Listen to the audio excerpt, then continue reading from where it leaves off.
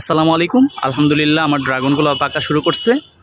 তো এখানে একটা ড্রাগন আছে, তারপরে এখানে আছে, তার এখানে অনেকগুলা ড্রাগন। আলহামদুলিল্লাহ এখানে একটা ফুল ফুটতেছে, তো মাশাআল্লাহ।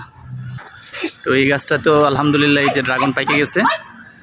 তো এখানে একটা ফুল আছে দেখুন, তো এখানেও ড্রাগন আলহামদুলিল্লাহ পাকবে খুব শিগগির।